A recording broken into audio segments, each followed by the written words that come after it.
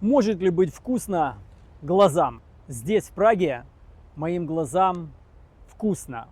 Причем уже больше 25 лет. А будет ли вкусно в Праге и рецепторам? Многие сомневаются.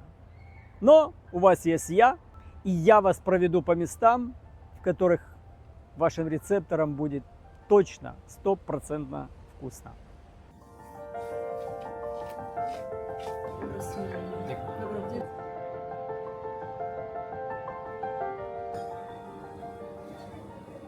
Привет, меня зовут Юрий, я живу в Праге уже больше 25 лет, я даже владею здесь 2 ресторанами, и поэтому смогу вам рассказать о самых вкусных местах.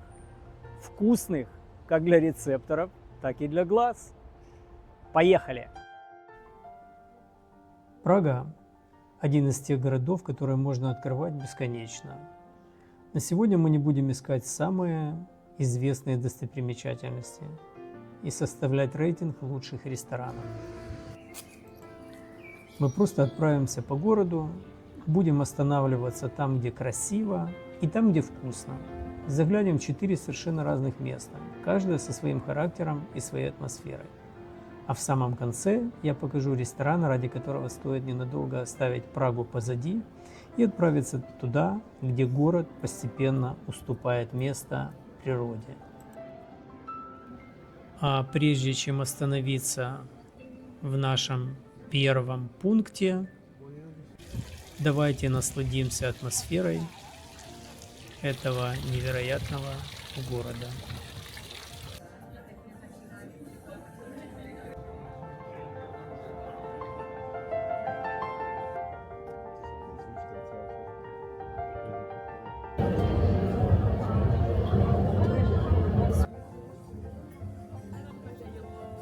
А сейчас, ребята, я отведу вас в одно крутейшее место. Это такой secret place, пивной двор, где собираются только местные, в основном это молодые ребята. Это пивная нового поколения. Вот как-то так это все здесь выглядит. Посмотрите.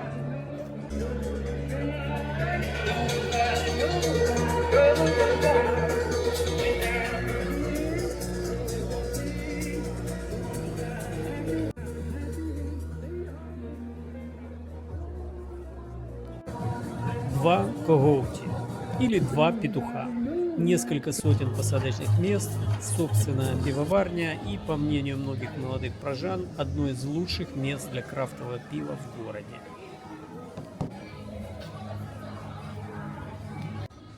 Настоятельно рекомендую. Ну а мы двигаемся дальше.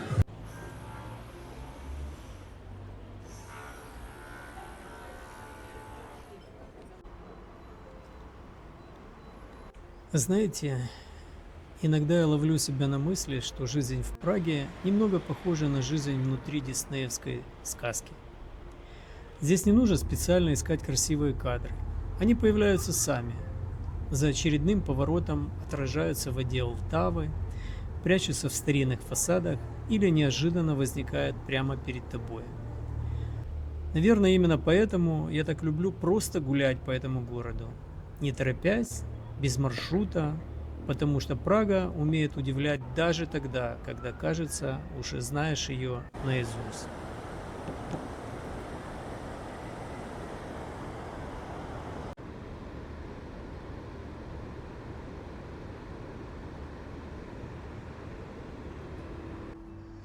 Ребята, в Праге сотни, наверное, мест, где можно вкусно позавтракать, сходить на бранч.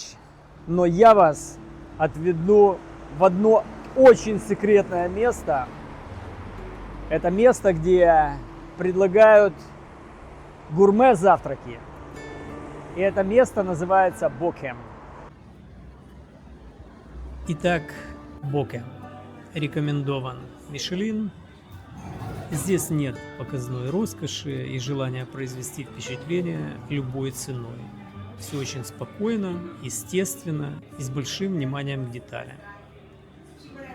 Мягкий свет, натуральные материалы, открытая кухня, неспешный ритм – все создает ощущение, что здесь никто никуда не торопится.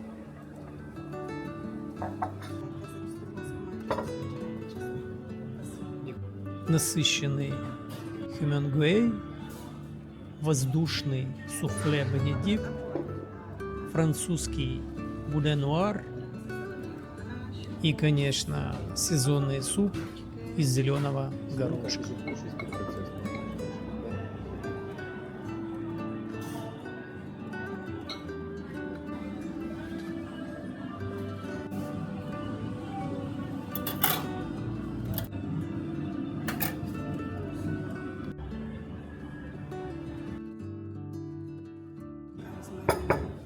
А завершить завтрак можно классическим крем-брюле с тонкой карамельной корочкой. Завтрак сегодня получился особенный.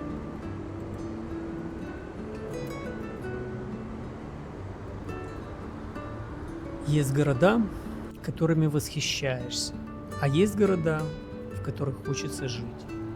Для меня Прага именно такая. Я очень люблю такие прогулки вдоль Втавы.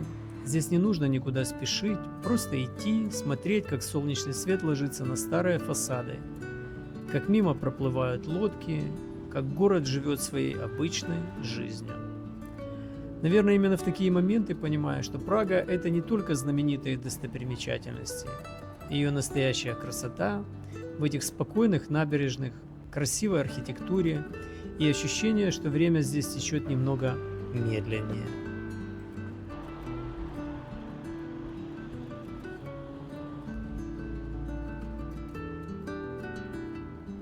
Ну а теперь заглянем в еще одно интересное место совсем неподалеку. Фо-100 – это современный азиатский стритфуд. Здесь все просто. Делаешь заказ в терминале, садишься за стол, и уже через несколько минут перед тобой дымящаяся тарелка фо. На мой взгляд, именно здесь готовят лучший фо в Праге. А из всех, что мне довелось попробовать в Европе, возможно, и один из лучших. Но прежде чем покинуть центр, давайте еще немного насладимся Прагой.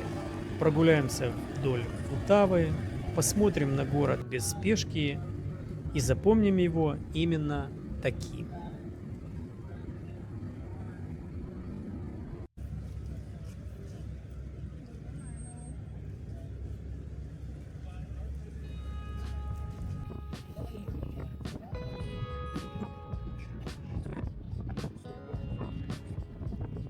Ну а теперь пришло время ненадолго оставить центр Праги позади. Мы еще немного проедем по городу и увидим его уже с другой стороны. Не прогулочной, а той, которую обычно знают сами пражане.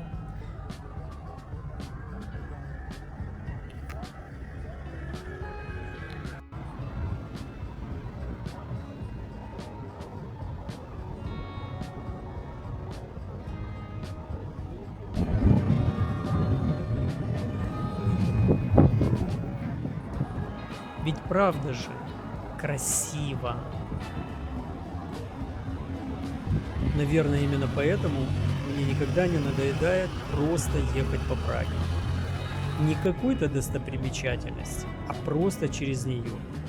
Смотреть, как меняется город за окном, как один район незаметно переходит в другой, и каждый раз кажется, что впереди тебя ждет еще одна маленькая история.